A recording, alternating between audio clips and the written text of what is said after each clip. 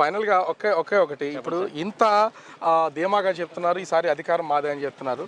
చాలా simple question. ఇప్పటికీ మీ పార్టీకి సంబంధించినటువంటి వైఎస్ జగన్మోహన్ రెడ్డి గారి చెల్లెలు షర్మిల గారు కాంగ్రెస్లోకి వెళ్ళారు. ఇప్పుడు ఆవిడ వరుసగా విమర్శలు చేస్తూ ఒక పక్క నుంచి ప్రచారం చేస్తుంది. ఆమె రాక వల్ల మీ పార్టీకి ఏమైనా ఇబ్బంది ఉందా? సార్ మాకు ఈ అసలు ఇబ్బంది లేదు సార్. మీరు వీళ్ళు కాదు కదా, బీజేపీ, జనసేన, ఇంకా రకరకాల టీడీపీ, కాంగ్రెస్ అన్నీ ఏకమైనా సరే మా నాయకుడిని ఏమీ చేయలేరు సార్. మీకు సినిమా డైలాగ్ ఉంటుంది, సింగిల్గా వస్తుంది సింహం అనేది. మా నాయకుడి సింహం సార్. ఎంతమంది ఏకమైనా సరే ఏమీ చేయలేరు మమ్మల్ని. ఆవిడకి ప్రాణహాని ఉంది వైఎస్ షర్మిలకి. ఆవిడకి కేంద్ర ప్రభుత్వం గన్మ్యాన్లు ఇవ్వాలి. అది సొంత అన్నో కుటుంబ సభ్యులు చేస్తున్నటువంటి ప్రతిపాదన కాదు, మీ ప్రత్యర్థిగా ఉన్నటువంటి అయ్యన్న పాత్రుడు ఇస్తున్నటువంటి సూచన. ఏం చెప్తారు? చెప్తాం కదా సార్, అయ్యన్న పాత్రుడికి మధ్య బుర్ర పని చేయట్లేదు.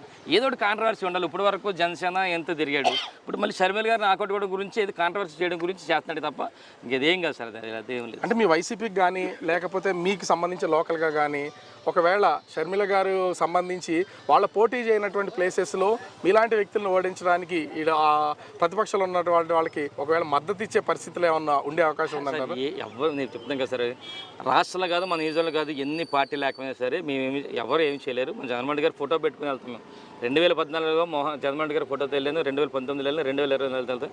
ఎన్ని పార్టీ లేకపోయినా సరే మమ్మల్ని ఏమీ చేయలేదు. కానీ ఇప్పుడు అనకాపల్లి జిల్లాకు సంబంధించి మేజర్గా చూసినా కూడా ఇక్కడ జనసేన పార్టీ కూడా కొంచెం బలంగా ఉంది. రెండు పార్టీలు కలవడం, వైసీపీని ఓడించి తీరుతాం అనేది వాళ్ళకి ధీమాగా ఉన్నారు. దాని ఎఫెక్ట్ మీకు ఏముండదా సార్? లాస్ట్ టైం కూడా వీళ్ళందరూ కలిసి చేశారు సార్. లాస్ట్ టైం కూడా అందరూ కలిసి చేశారు. అన్ని పార్టీలు కలిసి చేసినప్పుడు కూడా 25,000తో గెలిచాం. ఇప్పుడు సేమ్ అదే తిరుగుతున్నారు. ఇప్పుడు కొత్తగా మళ్ళీ వెళ్ళింది ఏమీ లేదు. మళ్ళీ మాకు కావాలంటే రేపు రాబోయే రోజులు ఇంకా మాకు క్యాడర్ పెరుగుతున్నారు, ఇంకా జనం కూడా జాయిన్ అవుతారు. అది ప్రాబ్లం లేదు. అంటే లాస్ట్ టైం ఫేస్ చేసింది మళ్ళీ వచ్చింది. అంటే ఈ రోజు కూడా వైసీపీ నుంచి చాలా మంది టీడీపీలో జాయిన్ అయినటువంటి పరిస్థితి. మరి మీ కింది స్థాయి నాయకత్వం చేజారిపోతున్నారు అనే ఫీల్ లేదా? లేదు సార్, మాకు ఎవరో ఒకళ్ళిద్దరు వెళ్తే వెళ్ళొచ్చు తప్ప మాకు కూడా వస్తున్నారు. మేము జాయినింగ్స్ ఉన్నాయి. రేపు రాబోయే రోజులు కూడా మరింతగా జాయినింగ్స్ ప్రతి గ్రామంలో ఉంటారు.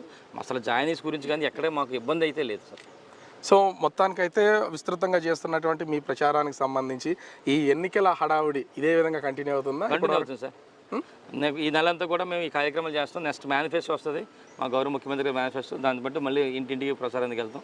ఎట్టి బస్సులు కూడా ఈరోజు జగన్మోహన్ రెడ్డి గారి నాయకత్వం ప్రతి ఒక్కరు కూడా కోరుకుంటున్నారు సార్. ముఖ్యంగా మీకు చెప్పాల్సింది అంటే ఈరోజు ప్రతి ఇంటికి కూడా ఏ ఇంటికి వెళ్ళండి సార్. మీరు మేము ఏ ఇంటికి వెళ్ళినా సరే గౌరవిస్తున్నారంటే దానికి కారణం ముఖ్యమంత్రి గారు సంక్షేమ పథకాలు. మేము పార్టీలే చూడలేదు. ఏ గ్రామంలో సరే అక్కడ టీడీపీ, వైసీపీ, ఇంకో పార్టీకి అందరూ ఇస్తారు. మీరు ఏ మహిళని అడగండి, 100% మహిళలందరూ కూడా జగన్మోహన్ రెడ్డి గారి నాయకత్వం కోరుకుంటున్నారు. రేపు జరగబోయే ఎన్నికలు కూడా వాళ్ళ ఓటింగ్ ఎక్కువ ఉంటుంది. గత రెండు ఎన్నికలు చూసినా కూడా మీ ఇంట్లో సినీ ఇండస్ట్రీ ప్రభావం అయితే ఉంది. ఈ రానున్న ఎన్నికల్లో అటువైపు నుంచి ఏమైనా మీకు సపోర్ట్ చేయడం కానీ, ప్రచారాలు చేయడం కానీ ఇలాంటివి ఏమైనా ఉంటుందా? దాని అవసరం ఏమి లేదా? మాకు ఏం లేదు సార్. మా తమ్ముడు వచ్చాడు, ఒకసారి అన్నయ్య వచ్చారు. ప్రచారం ఏమి ఉండదు. అంటే మరి బేస్మెంట్ అయితే నేను పూరి జగన్నాథ్ బ్రదర్గా బేస్మెంట్తో బయటకు వచ్చాం. తర్వాత జగన్మోహన్ రెడ్డి గారు ఆశీస్సులతో, నియోజకవర్గ ప్రజల ఆశీస్సులతో మనం వెళ్తున్నాం.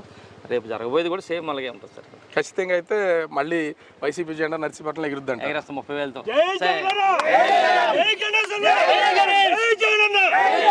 2019 ఎన్నికల్లో మాకు నర్సీపట్నం స్టేట్లో మొట్టమొదటి ఎన్నికల ప్రచార సభ నర్సీపట్నం స్టార్ట్ అయింది. ఆ రోజే జగన్మోహన్ రెడ్డి గారిని చెప్పాను, అన్న మా నర్సీపట్నం స్టార్ట్ చేశారు, మీరు ఇక్కడ 25,000తో జెండా ఎగరేస్తాం అని చెప్పాము. రేపు మళ్ళీ కూడా వస్తారు, 30,000తో జెండా ఎగరేస్తాం అని చెప్పి మళ్ళీ చెప్తాం. సో 2019కి సంబంధించి 25,000 ఓట్ల మెజార్టీ గెలిస్తే దాదాపుగా 2024 ఎన్నికలకి సంబంధించి 30,000 ఓట్ల మెజార్టీతో గెలుస్తాం. మొట్టమొదటి సీటుని జగన్మోహన్ రెడ్డికి మేమే బహుమతిగా ఇస్తామని ఉమాశంకర్ గణేష్ చెప్తున్నటువంటి